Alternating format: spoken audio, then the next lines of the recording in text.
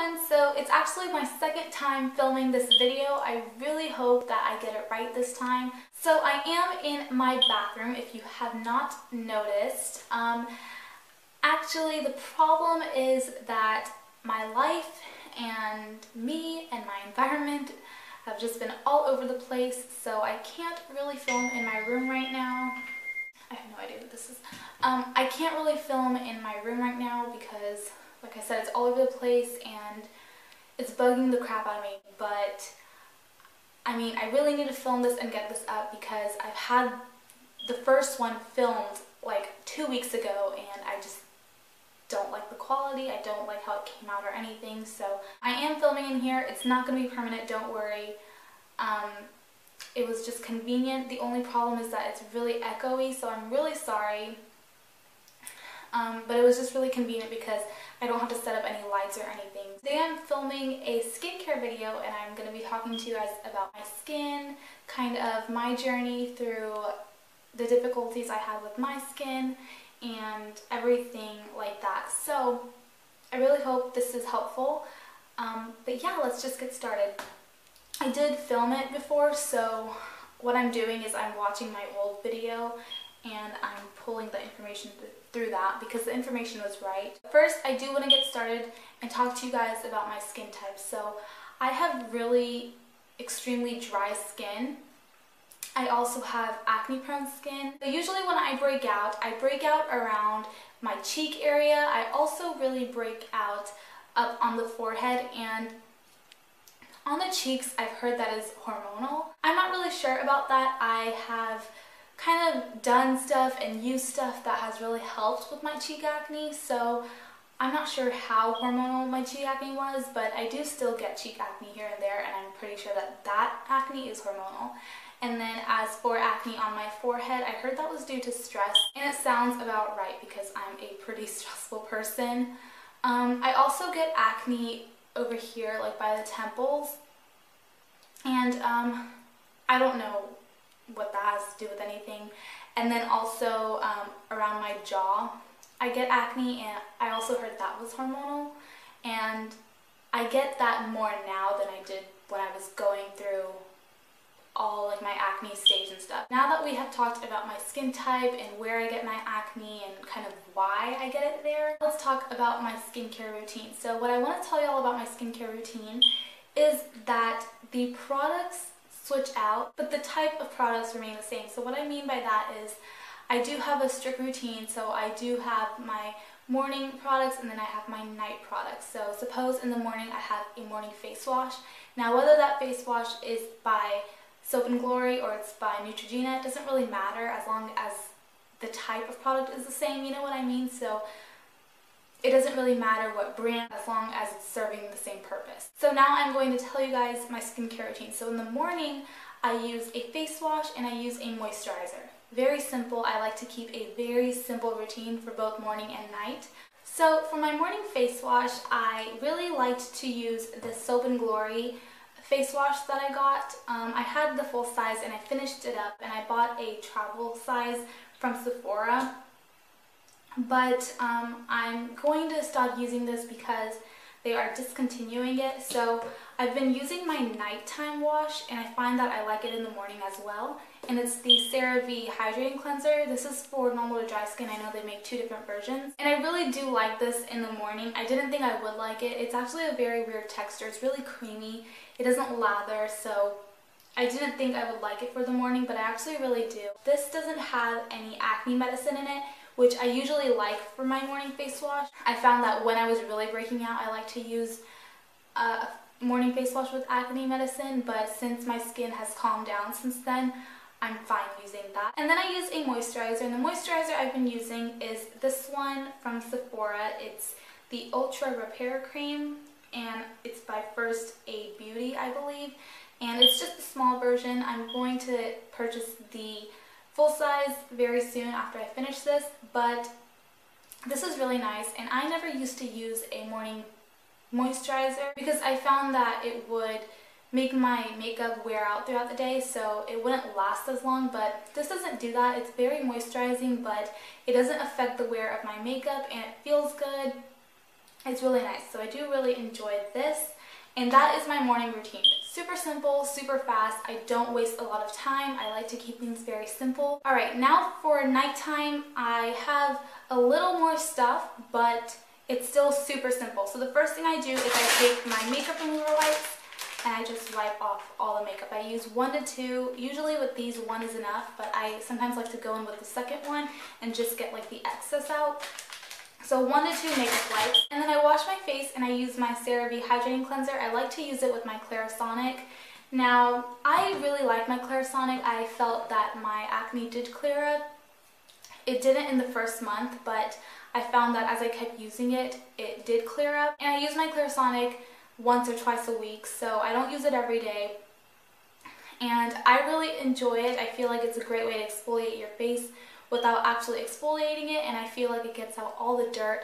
I really recommend looking into a Clarisonic. I know that there are dupes out there, or not even dupes, but compared products out there that you could look into, but I really enjoy my Clarisonic. I know there's kind of a debate going on whether you should get it or not, or whether it's worth it or not, but I enjoy it, and that's all I have to say about it. Next thing I use is a toner. This is the So Totally Clean toner that I've been using, but I don't enjoy this one as much as I enjoy my Mario Badescu one, and it's finished so I don't have it to show you, but it is my Mario Badescu Glycolic Acid Toner. It's clear, it works well. Towards the end, I don't know if you guys saw my November favorites, but I will link it down below.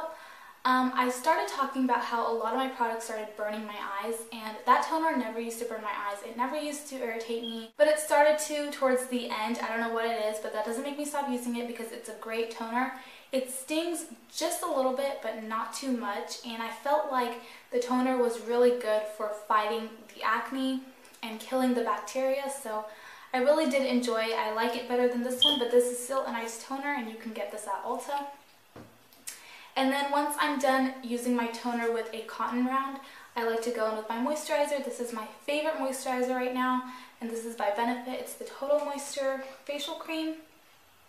Really, really nice. It smells really good too, and it's super hydrating, super silky.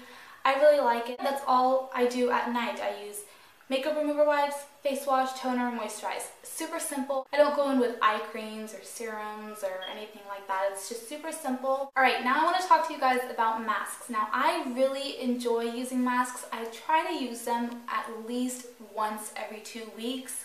I would use them more often, but I just don't have the time. I'm either really busy or really lazy, and I try to use them once every 2 weeks. But it ends up actually happening once a month because I forget about them, and I'm lazy and I'm busy, and so yeah. But my 2 favorite ones are by Formula 10. I don't know.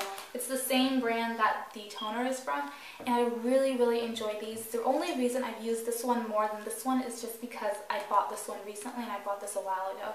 So these are my favorite. I absolutely love them. The scent is really citrusy, and I really like that. I haven't tried a lot of high-end masks, so I can't speak for those, but I do really like these. I find that they really clean out my skin and freshen up my face and brighten up my appearance. I just really enjoy them. This one is a Pores Skin Clarifying Mud Mask, and this one is a detoxifying mask. I find that they both kind of do the same thing, but I do really enjoy them. They're about $5.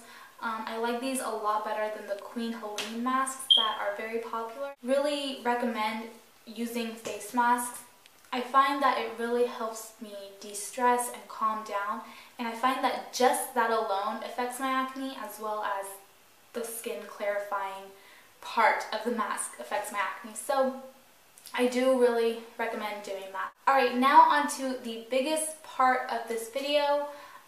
The tips I have are very important. I feel like these tips really did help my acne. Obviously, all of this stuff did help my acne, but I feel like these tips really, really helped. I'm not going to say if you do these and don't do the rest, you're good to go, but I do find that these tips are really helpful. Some you may have heard and some you may have not heard, so I'm just going to get into it. The first tip I have is obvious. You need to wash your makeup brushes. your foundation brushes, your eye brushes, whatever it is, especially if you put makeup on other people, whether it's, you know, your sister or a cousin or a kid, it doesn't matter. You need to wash your brushes.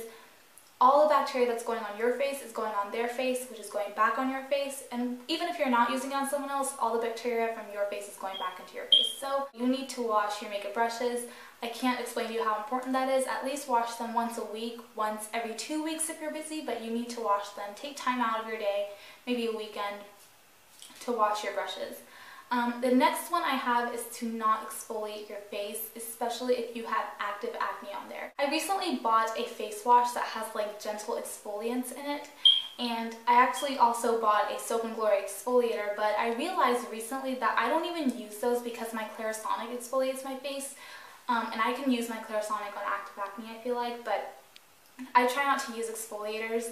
If I do, I try to use them very rarely. Now, I do have a face wash and I do have exfoliators that I need to finish up, so I do use those, but I try to use them when I'm not breaking out or when I don't have active acne on my face. You want to get off all the dead skin, but I kind of use my Clarisonic for that. I don't know if I'm supposed to, but that's kind of what works for me. And then with my masks and my moisturizers, I feel like I'm pretty good. Now that's all on you. I know a lot of people really do recommend exfoliating your face, and I'm not gonna lie, I still do, but I don't do it as often because I know a lot of people say at least do it once a week.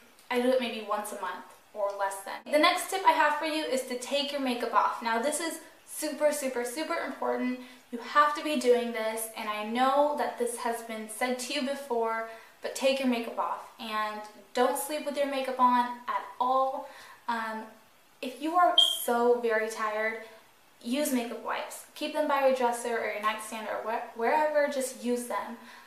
Use at least 2 if you're not going to wash your face. I'm not saying don't wash your face, and I'm not saying that that justifies not washing your face, but you need to take your makeup off. And what I do is I actually switch to white sheets. Now, if you saw my last video, you saw that I have pure white sheets now, but before that I had white sheets with pink designs on them, but they were still white. And now if I sleep with my makeup on, it leaves a stain on my pillow. Now it's just kind of like a habit. I have to take my makeup off, otherwise I can't sleep. With that, another tip is to change your pillow sheets at least once a week, maybe midweek. Now, I know what it's like. I'm a busy person, I'm a lazy person, and sometimes I don't have time to do my laundry.